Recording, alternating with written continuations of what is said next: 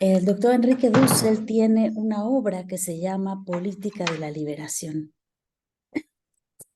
Pero ¿por qué nosotros hacemos este énfasis de una política comunitaria de la liberación?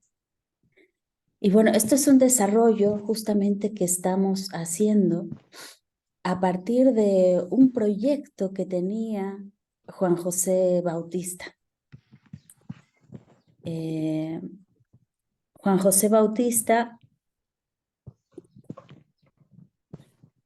tenía la intención y era un proyecto en el cual estábamos trabajando y que bueno, nos cae en las manos, por supuesto, de continuar la obra y de dar un giro más a la política de la liberación del doctor Enrique Dussel. El doctor Dussel desarrolló esta política en la cual él justamente lo que pretende no es, digamos, pensar o desarrollar una política más, entre otras, sino desarrollar una política que pueda dar respuesta al momento histórico que vivimos, por una parte, pero también una política pensada desde los oprimidos, desde las víctimas de un sistema. Entonces, esta política,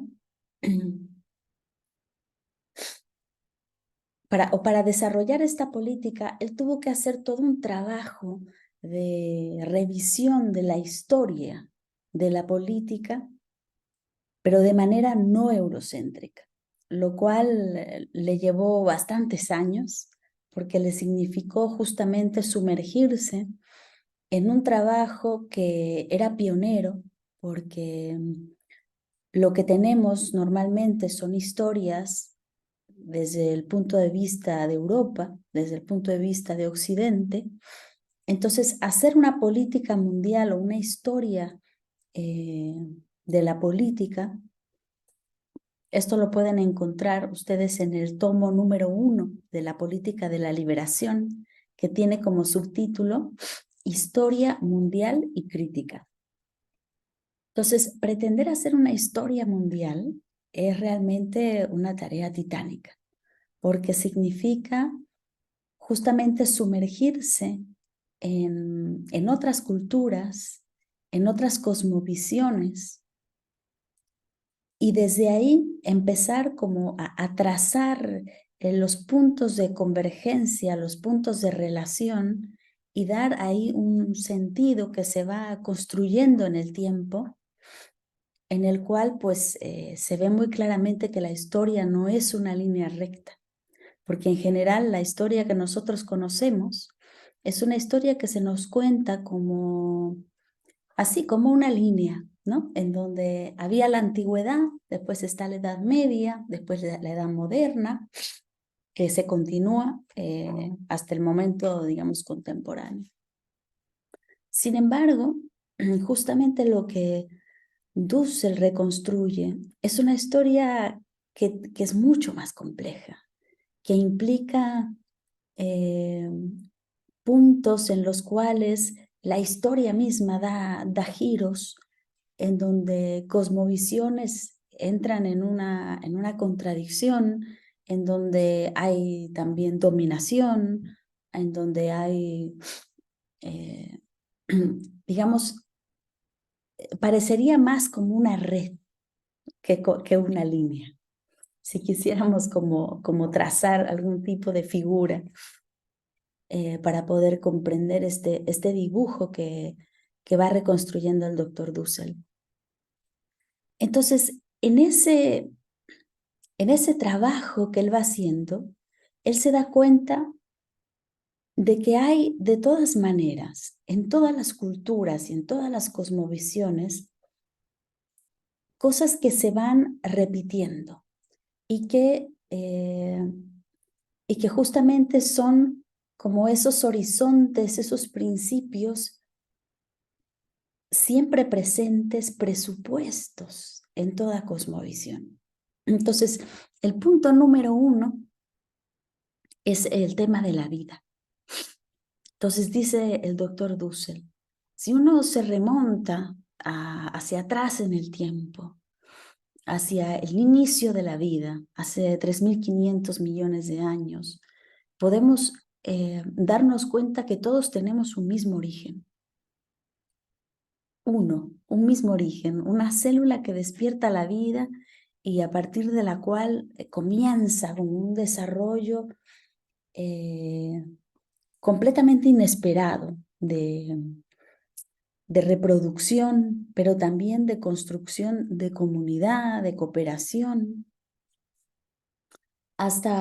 y que podríamos como hacer el dibujo hasta el día de hoy. ¿Se me escucha bien? Por ahí alguien dice que no se escucha bien, pero nada más para confirmar. Entonces, sí, si hubiera cualquier cosa me detiene.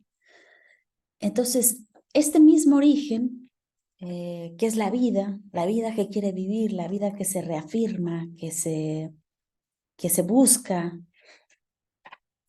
se va construyendo comunitariamente. Y esto es algo muy importante y que quizá Dussel no lo remarcó lo suficiente, pero por eso les decía yo que quien nos da la pista y quien persigue de manera insistente esta tesis es Juan José Bautista, gran filósofo boliviano que, bueno, ustedes deben conocer. Y justamente esta comunidad de la cual estamos todos conectados, dice Dussel, porque todos tenemos un ombligo y todos nacemos adentro de la piel de alguien. Y justamente los primeros mapas neuronales, diríamos, se gestan a partir de la experiencia de otro. Eso es algo, digamos, sobre lo cual no reflexionamos suficiente. Pero los primeros mapas que tenemos no son nuestros en sentido estricto o no parten de una experiencia del yo, sino que parten de una experiencia de la madre, que, que media toda nuestra vida y que media esos primeros datos a los cuales tenemos acceso. Entonces es curioso porque tenemos una conexión muy profunda con la vida y esa vida siempre cobra sentido a través de otro y a través de una comunidad. Entonces, el hacer el énfasis sobre una política comunitaria de la liberación significa justamente poner en el centro que la vida es comunitaria, que no hay manera de reproducir, digamos, una comunidad de pájaros aislados de todo. O sea, los pájaros tienen sentido en un ecosistema sumamente complejo, en donde hay un equilibrio. Y la vida significa eso, significa ese equilibrio de la comunidad. Entonces, Dussel va rastreando como estos principios, como el de la vida, después también el principio formal de validez, que va a ser muy importante porque para reproducir la vida también tenemos que ponernos de acuerdo en cómo vamos a reproducir la vida, ¿no? Entonces, ahí entra todo el tema de las instituciones, porque justamente las instituciones son acuerdos, son consensos. O sea, hay instituciones chiquititas que requieren pocos acuerdos y hay instituciones enormes como el Estado que son grandes consensos, consensos que van quedando en el tiempo y que se van volviendo, digamos, objetivos, que se van haciendo realidad, pero toda objetividad en última instancia tiene como contenido la intersubjetividad, o sea, el ponernos de acuerdo entre nosotros y el que vayamos estableciendo consensos sobre los cuales podemos basarnos, pero también podemos descansar, podemos confiar, podemos construir. Después, el tercer principio es el principio de factibilidad. Y este principio tiene que ver con construir la utopía, con construir lo que soñamos, con ponernos objetivos también y cumplirlos. Entonces, esta utopía, que la utopía sería como el horizonte máximo, ¿no? de construcción del sueño, de los sueños despiertos de la humanidad, diría Juan José Bautista. Esta utopía da lugar precisamente a programas, da lugar a proyectos, da lugar a, digamos, a objetivos más a corto plazo. Entonces, pero todos estos objetivos están siempre en virtud de una gran utopía que es la que nos guía. Entonces, es importante que tengamos como esta reflexión sobre la factibilidad, sobre cuáles son los pasos que podemos construir efectivamente, posibles, que no sean solamente lógicamente pensables, dice Dussel, sino que sean también empíricamente posibles, o sea, que podamos hacerlos de hecho. Y en esto, pues, nos vale justamente la estrategia política y la capacidad de poder saber leer el momento, el tiempo, la correlación de fuerzas, y entonces el poder alcanzar realmente lo que se puede para ir avanzando en la construcción de la utopía. Entonces, estos tres principios, repito, la reproducción de la vida como un deber, pero también el consenso, el que todos podamos participar de manera simétrica, que todos podamos tener información, que todos tengamos la posibilidad de ser escuchados, de ser tomados en cuenta a la hora de la construcción de los consensos, y que todo lo que vayamos consensuando, que vayamos construyendo, también esté iluminado en virtud de la posibilidad fáctica de construir lo que planeamos. Entonces, estos van a ser como tres principios básicos que Dussel los va a descubrir en su reflexión histórica.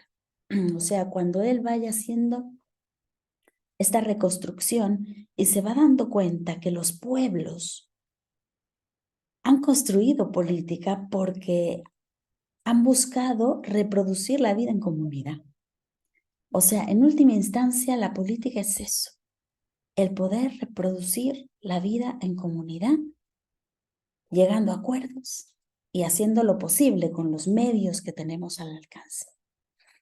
Y esto se ha hecho de muchas maneras, en muchos idiomas y en muchas culturas, pero es algo que podemos llamar fundamento, o sea, que podemos decir que está presente en todas estas culturas y en todas estas modalidades de construir lo político. Pero aparte de esto, dice Dussel, las acciones humanas,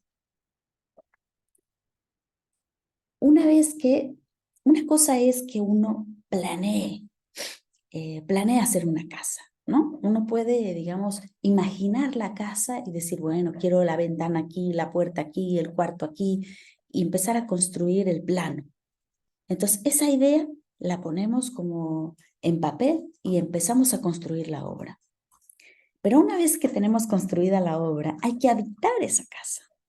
Y en el habitar la casa, nos vamos dando cuenta de cuáles son las virtudes y los problemas de la casa. Podemos darnos cuenta, por ejemplo, que a lo mejor la orientación del sol no es suficientemente adecuada, o que el taller que tengo está demasiado cerca de la habitación y no dejo dormir cuando estoy trabajando.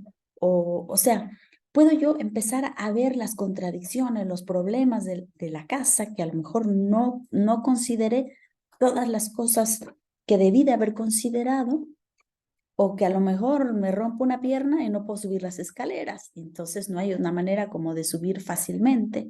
Es decir, en la experiencia, en la vida cotidiana, me voy dando cuenta de las limitaciones propias que tienen las decisiones que yo he tomado y que las hice pensando con ciertos objetivos, con cierta información, con cierto conocimiento.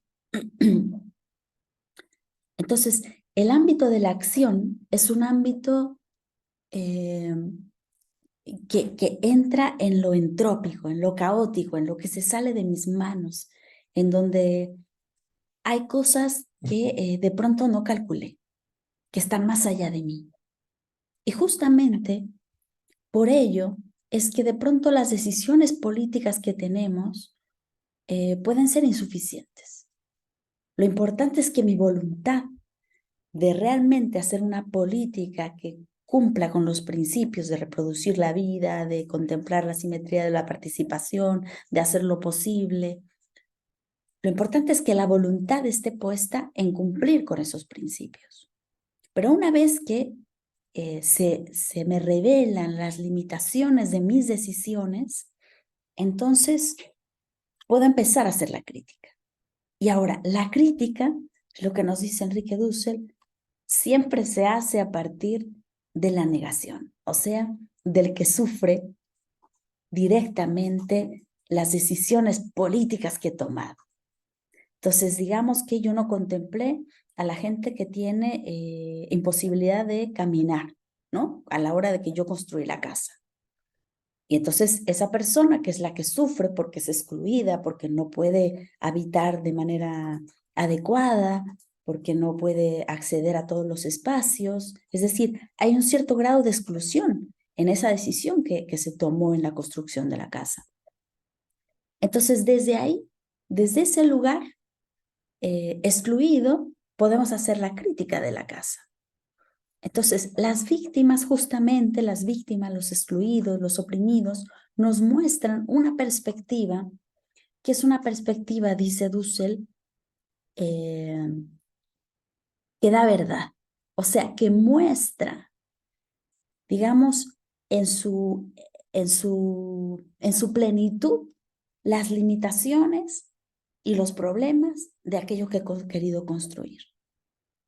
Entonces, el ponernos en el lugar de las víctimas, de los oprimidos, de los excluidos, nos da una perspectiva privilegiada, porque justamente es desde ese lugar, desde donde puedo construir o puedo tomar mejores decisiones, puedo hacer una política más cabal, ¿no? Más verdadera, que cumple de manera más profunda con los principios. Entonces, de ahí la necesidad de que sea una política de la liberación, dice Dussel, porque es una política que no da por sentado que lo que se ha construido ya es de por sí lo bueno, lo correcto, lo deseable, sino que siempre nos llama a revisar, siempre nos llama a salir y a superar la posibilidad de incluso poner en cuestión el sistema completo que hemos construido. Entonces, en esas exclusiones se muestra la injusticia. Y si uno tiene verdadera pretensión de justicia, que esa es como la gran pretensión en la política, la pretensión de justicia, entonces tiene que estar dispuesto a revisar, tiene que estar dispuesto a ir más allá de lo que se ha construido. Entonces, la liberación nos indica esa salida, nos indica la necesidad de criticarnos continuamente, de no pensar que ya estamos construyendo, digamos, a partir de principios acabados, porque realmente lo que nos está proponiendo Dussel es que los principios que tengamos, aunque son, digamos, principios fundamento, no son principios cerrados, sino que son principios que nos invitan constantemente a abrirnos a la novedad, a abrirnos al otro. Entonces, en última instancia, y yo quiero leerles ahora sí una cita ahora sí les voy a compartir la pantalla. Es una cita muy linda porque además es una cita inédita. Va a salir recién en un libro póstumo del doctor, que es de los últimos trabajos que él estaba escribiendo. Y es precisamente sobre el proyecto de la transmodernidad. Y dice así: en el presente nos encontramos ingresando en una nueva etapa de la modernidad, que hemos denominado negativamente transmodernidad, en el sentido de que se trata de un más allá de la modernidad. Recordemos que para Dussel, la modernidad es un proyecto civilizatorio que surge en 1492 y que es un proyecto de dominación. Él, cuando él empieza a trabajar de manera ya más sistemática el tema, al principio tenía como una visión un poco ambivalente sobre la modernidad, en el sentido de que quizá había que rescatar alguna cosa, pero en la medida que él va avanzando en su trabajo, en su investigación, va radicalizando su postura, de manera que al final él va a decir, bueno, este proyecto de la modernidad es un proyecto de dominación y vamos a tener que superarlo. Entonces, en ese sentido, la transmodernidad implica un proyecto de superación de la modernidad.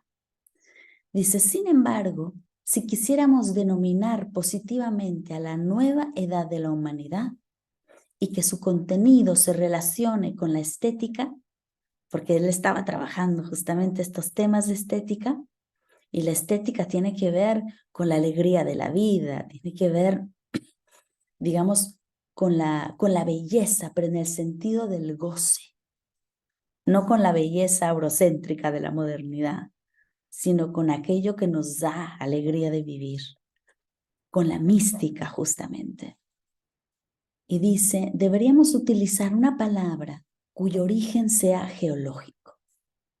Y yo aquí, digamos, hablando más en boliviano, pensaría, cuyo origen esté relacionado más con la Pachamama. Ese sería el sentido. Si el antropoceno es una edad geológica de la corteza terrestre que se produjo a partir de la influencia del ser humano, entonces la transmodernidad será una última etapa de esta edad geológica que podríamos denominar ecoceno. O sea, es la era de la Pachamama, eso es. Edad del mundo en que la totalidad de la humanidad se redescubrirá la importancia de la ecología y se producirá un retorno estético hacia la naturaleza.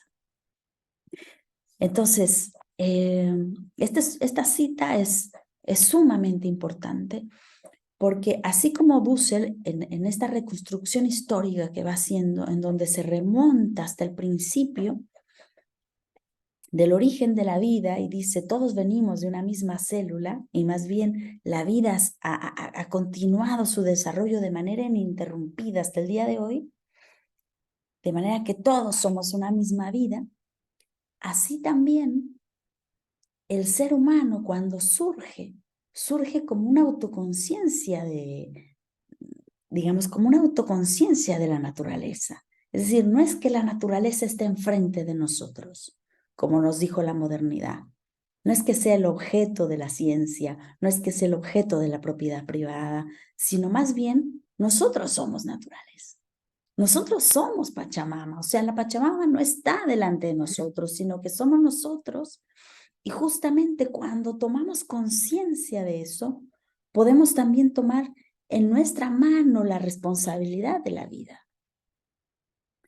Y por eso, digamos, ese sería el sentido de que la última etapa de la humanidad sea un retorno a esa conciencia, un retorno a la conciencia de que el ser humano tiene la misión de hacerse responsable de la vida, de tomar este postulado el gran postulado que justamente enuncia Dussel en las 20 tesis de política, de el postulado de la vida perpetua. Es decir, ¿cómo tendríamos que vivir cada uno de nosotros para que la vida pudiese ser posible de manera perpetua? O sea, esto implicaría, por ejemplo, un manejo de los residuos con un grado de conciencia muy elevado, porque significaría que entonces no podemos nosotros como tomar más energía de la que también nosotros producimos. Es decir, tenemos que comenzar a desarrollar un tipo de vida que sea un dar y recibir, pero que no sea como la modernidad, que es un tomar, tomar, tomar, tomar, tomar, tomar, tomar para mí, y al final desertifico la tierra, ¿no? O porque esta es la manera como nos ha enseñado la modernidad a vivir, es una manera de completamente egocéntrica, completamente individualista, en donde el ser humano se ha puesto como el centro, pero no al servicio, ¿no? Que esta es la gran diferencia. Porque una cosa es decir, bueno, o sea, nosotros nos hemos desarrollado como naturaleza y tenemos esta razón, esta potencia de la razón, pero que en realidad está al servicio de la vida. Ese sería como el alinear realmente la razón y desarrollar una racionalidad, decía Juan José Bautista, de la vida. Entonces, esto es algo que todavía tenemos que desarrollar, porque toda la modernidad lo que hizo fue desarrollar la razón, pero en sentido instrumental. Y el sentido instrumental no tiene amo, o mejor, el amo es el que más le ofrece, es decir, el amo es el capital. Porque entonces, si yo tengo una racionalidad instrumental, me propongo un objetivo y lo cumplo. Pero no hay manera de revisar justamente la racionalidad del objetivo, porque yo me puedo poner como objetivo el asesinar de manera eficientemente a una comunidad concreta, ¿no? Y entonces ese puede ser mi objetivo. Y entonces yo puedo desarrollar como todos los pasos metodológicamente, o sea, muy coherente, muy lógico, y sin embargo hacer una monstruosidad, que es lo que estamos viendo hoy en Palestina, ¿no? O sea, todas esas armas que se están utilizando que de una manera completamente, o sea, ya no hay palabras para nombrar lo que se está haciendo en Palestina, pero se lo está haciendo con la eficiencia de esa racionalidad instrumental. ¿Cómo puedo yo eficientar la utilización de las bombas para matar a la mayor cantidad de gente posible? Y eso es un cálculo matemático, un cálculo lógico, un cálculo racional. Pero esa es la racionalidad instrumental y esa racionalidad es la que se ha venido de manera sistemática construyendo, desarrollando, justificando durante los últimos 500 años. Pero estos 500 años entonces hemos perdido todo el desarrollo anterior, porque las comunidades y los pueblos más bien tenían una alineación con la vida. Nuestros pueblos originarios justamente se caracterizan por eso, por ese amor y ese servicio a la Pachamama. No es solamente tomar, no, también hay que pagar, también hay que ofrendar. Y eso en Bolivia se conoce muy bien y se sabe porque sigue siendo cultura, sigue siendo parte del modo de vida. Y eso hay que agradecerlo pues a la gran cantidad todavía de población indígena originaria que tienen en Bolivia. Entonces, esa racionalidad de la vida, en donde no cualquier acción es racional, no cualquier objetivo es racional. Hay objetivos que son sumamente irracionales y nos llevan a la muerte, son irracionales. Si destruyen las comunidades, son irracionales. Si destruyen nuestro medio, si dejan residuos que no se pueden reabsorber son irracionales. Entonces, tenemos que desarrollar, por ejemplo, una ciencia para la vida. Es decir, una ciencia desde esta racionalidad de la vida. Porque lo que tenemos hoy en día es una ciencia moderna. Y esa ciencia es la que se reproduce o sea, en todos los grandes centros de investigación, en todas las grandes universidades. Pero justamente esa ciencia es la que está llevando al descalabro a la humanidad. Es la que está llevando a la destrucción de la naturaleza, de las especies, del futuro. Entonces, tenemos un gran camino que desandar. Pero no es un camino, digamos, que vamos a descubrir por primera vez. No, en realidad se trata de retomar un camino de las sendas de los pueblos originarios que nos han dejado criterios muy claros y que hoy en día siguen siendo vida en muchos lugares del mundo, como en Bolivia, por ejemplo. Entonces, hay que dejar de pensar que los pueblos originarios están en el pasado, que la historia es una línea recta, porque los pueblos originarios hay en muchos lugares del mundo y son presentes, son siglo XXI y son justamente esa realidad transmoderna, comunitaria, que nos va a permitir poder trascender este momento histórico tan desgraciado que estamos viviendo y que nos va a permitir tener los criterios para avanzar en la construcción, ahora sí, de la transmodernidad, pero en este sentido del ecoceno o de la edad de la Pachamama, de la edad del regreso, en donde asumamos como seres humanos esa responsabilidad, la responsabilidad de ponernos al servicio. Y eso nos va a implicar un trabajo enorme, porque vivimos, como decía también Juan José Bautista, en un mundo al revés.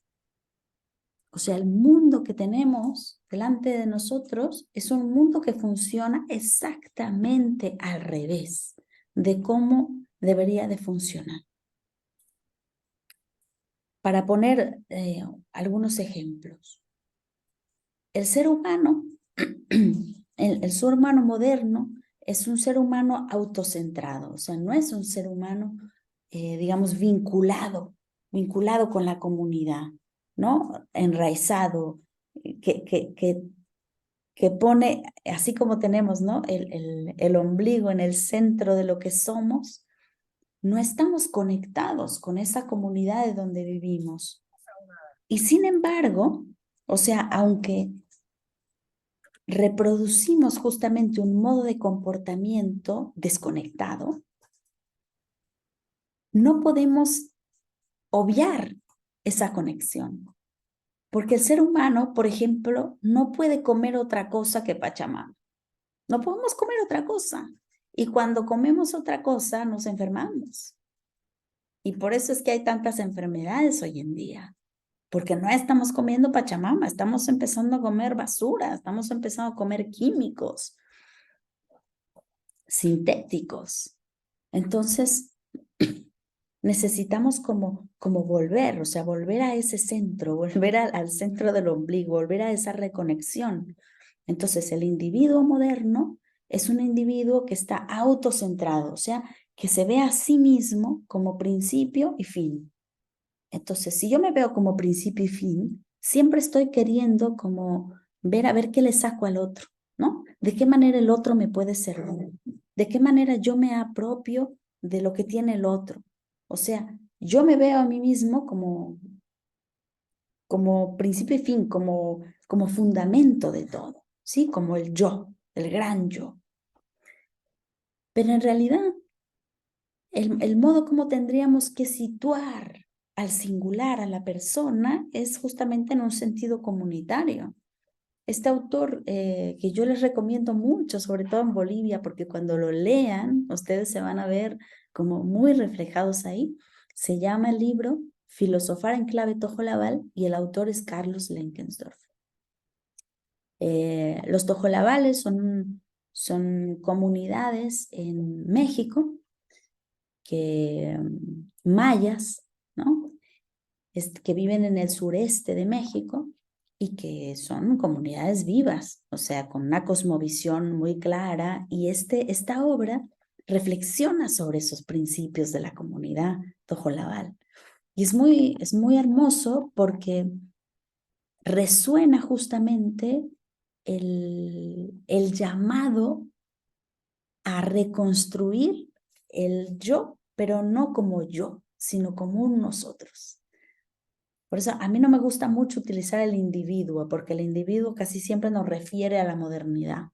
Prefiero hablar, por ejemplo, del singular, ¿no? O sea, el singular, porque además cada uno de nosotros es pieza única. No hay nadie que sea como nosotros. Entonces, eso es también como parte de resaltar la importancia, ¿no? O sea, lo milagroso, la maravilla que es el que podamos estar en esta vida, el que podamos tener cada uno algo único que ofrecer en este mundo.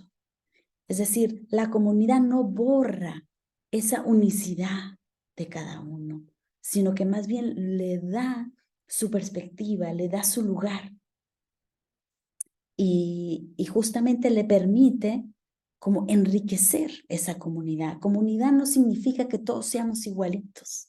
Comunidad significa que cada uno en su distinción, cada uno en su unicidad, pueda en el respeto al otro enriquecer, ¿no? Ese espacio nuestro, ese espacio de nosotros. Entonces, el lugar o la manera como tendríamos que recentrar al singular es en ese servicio. Entonces dicen los tojolabales, crecer, ¿no? Educar a los hijos significa ir construyendo en ellos el nosotros. O sea, que cada vez vayan siendo cada vez más nosotros. Entonces, cuando uno es chiquitito, pues tiene responsabilidades chiquititas, pero tiene responsabilidades de los otros. Y a medida que va creciendo, va teniendo cada vez mayores responsabilidades. Y digamos, el límite, ¿no? O el momento como de mayor crecimiento es justamente cuando una persona vieja, ¿no? O madura, habla no desde el yo, sino que habla desde el nosotros. Es decir, que cuando habla, la comunidad se siente abrazada por esa palabra. O sea, esa es una persona sabia. Una persona sabia es aquella que no habla desde sí, sino que habla ya en virtud del bienestar de todos y que pone, o sea, recentra su singularidad en ese lugar. Claro, esto implica, por supuesto, una madurez enorme, pero ese es el camino. Es un camino, por supuesto, mucho más difícil, que implica una crítica constante, que implica como poner siempre en su lugar, ¿no? A ese yo, a ese egoísmo, que en esta modernidad se nos educa a ser así, porque se nos educa a ser competitivos, individualistas, ¿no? A dar codazos al otro, o sea, para avanzar. Cuando en realidad tendríamos que educar para que cada vez pudiéramos ser más generosos. Y el límite de eso, ¿no? O sea, el sabio, la mujer sabia, el hombre sabio, es aquella que es más generosa, o sea, que puede dar más de sí, que se impone menos, que trata de abrir corazón y de realmente hacer entrar a todos en las decisiones. Entonces, esto implica un trabajo, digamos, personal, existencial, muy profundo, pero ahora imagínense construir una política desde ahí. O sea, esto, por supuesto que nos va a trastocar todo, porque trastoca incluso cómo vamos a tomar las decisiones. Y cuenta en este libro una anécdota que me parece muy hermosa y la quiero recordar muy brevemente, que decía Carlos Lemkensdorf, la primera vez que llegó a una comunidad, dice que estaban todos reunidos en comunidad y de pronto estaban hablando y era una asamblea y todos hablaban al mismo tiempo. Dice, ese era un caos, yo no entendía nada. Y se escuchaba una palabra que continuamente sonaba aquí y allá y que era tic. Entonces, como que todo el ruido era como un gran tic, tic, tic, tic, tic, tic, tic, tic, tic, tic, tic, tic. O sea, era como enloquecedor. Y entonces, cuando él terminó la asamblea, dice que fue bajando como el tic, tic, tic, tic, hasta que ya de pronto se levantó una persona y empezó a hablar, ¿no? Y dijo un montón de veces tic y se acabó la asamblea. Entonces, cuando él se fue de ahí, le dijo a la persona con quien iba, dijo, oye, explícame algo. ¿Qué quiere decir tic? O sea, porque todo el mundo decía esa palabra. Y entonces la persona le dice, quiere decir nosotros. Y dice, yo me quedé más perplejo todavía porque dije, entonces, o sea, esto me hace menos sentido todavía. Porque todos estaban diciendo nosotros, nosotros, nosotros, nosotros. Dice, porque se estaba construyendo un consenso. Entonces, cada uno iba abrazando en su palabra esa pretensión de ser más nosótrico. Y entonces iban llegando a acuerdos y el nosotros como que se iba expandiendo, se iba expandiendo. La última persona que habló y que dijo, ¿no? Esta es la decisión que hemos tomado nosotros, es la que había logrado una formulación más nosótrica. Y entonces se acaba la asamblea. Esta es, digamos, es una lección política increíble, porque justamente en la modernidad vamos al camino contrario. Es decir, nuestras tomas de decisiones son como fuercitas, ¿no? Entonces yo quiero ganarte a ti, tú quieres ganarme a mí, y entonces entramos en una batalla, en un debate para matarnos uno al otro. Y el que mate al que está enfrente, ¿no? Es el vencedor y quien gana el debate. Pero acá la idea es no, o sea, entre todos vamos a llegar a una decisión mucho más rica, mucho más compleja y por supuesto que no va a ser la que yo propuse. Que eso es lo más grande, porque eso significa que el yo está en su lugar. O sea, que el yo se pone al servicio y que sabe que por sí mismo es poco lo que puede lograr. Y que sumar al otro no significa anularme a mí. Sumar al otro significa hacerme crecer a mí. Y yo me voy encontrando y todos nos vamos encontrando en ese consenso. Es decir, hay que generar una cultura política de la comunidad que no tenemos. Una práctica constante de la comunidad que no tenemos. Entonces, bueno, esto, digamos, lo pongo como ejemplo, pero ahora imagínense lo que tenemos que hacer en lo político, en lo económico, en lo educativo. ¿Qué prácticas nos van a permitir ir generando situaciones de formación en donde vayamos saliendo cada vez más del yo moderno?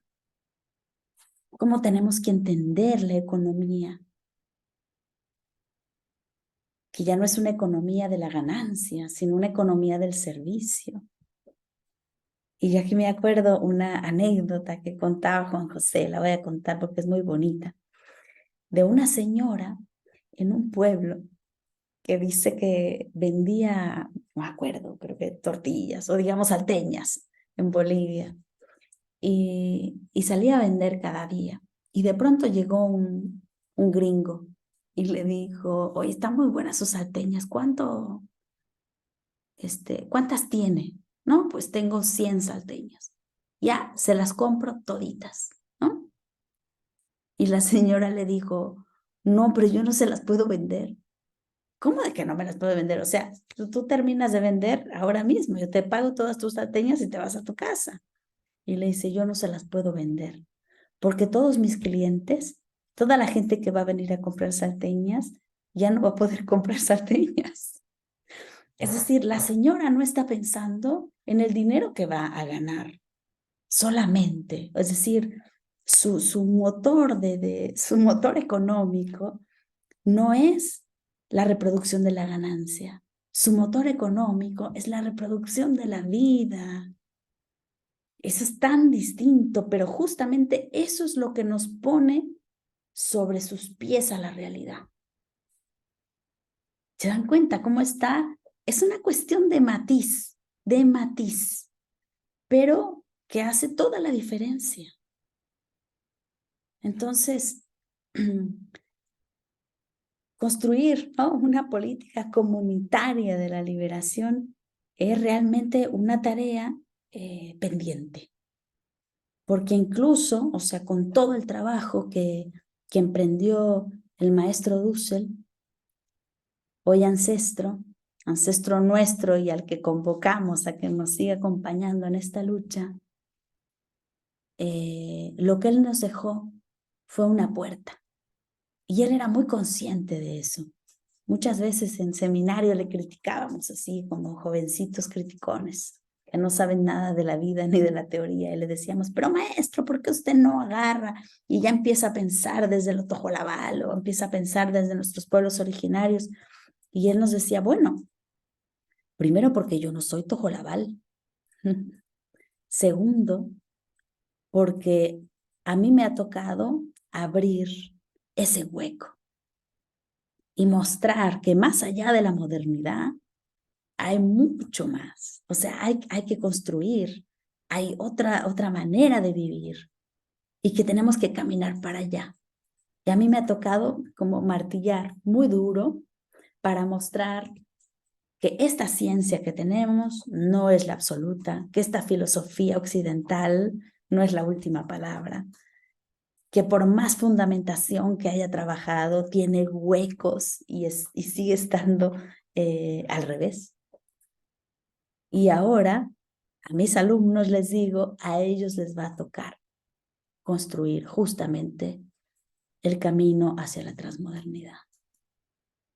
Entonces, este es un trabajo al cual estamos convocados todos, porque no puede ser obra de una persona, tiene que ser obra de una comunidad. Es decir, en concordancia, en coherencia con el principio. No podemos hacer caminitos solititos, no podemos hacer caminitos de personas luminarias, sino que tenemos que irnos cada vez más abrazando entre nosotros, entre los pueblos, entre las culturas, e ir compartiendo, e ir construyendo. Porque este pensamiento transmoderno, descolonial, tiene que ser producto también de una gran generosidad. Y si no, o sea, si no hacemos ese trabajo y ese camino, entonces vamos a sucumbir en el intento. Vamos a sucumbir como tristes modernos que al final no pudieron, ¿no?, dar el paso. Es decir, y esto también lo enfatizaba mucho Juan José Bautista, el problema más fuerte para superar la modernidad no es el hacer una justificación teórica muy profunda. El problema más duro es poder traducirlo en existencia, traducirlo en vida, en modo de vida. Porque si no lo encarnamos, no lo podemos pensar. Y aquí justamente Hegel nos regala una hermosa cita que dice algo así como: la conciencia solo puede pensar aquello que previamente ha experimentado. O sea que para hacer comunidad, para pensar comunidad, para producir política comunitaria de la liberación, hay que también construir comunidad. En muchos lugares, con mucha gente, hay que construir redes, hay que avanzar, ¿no? Entre todos. Y creo que justamente los poderes hoy en día son muy grandes.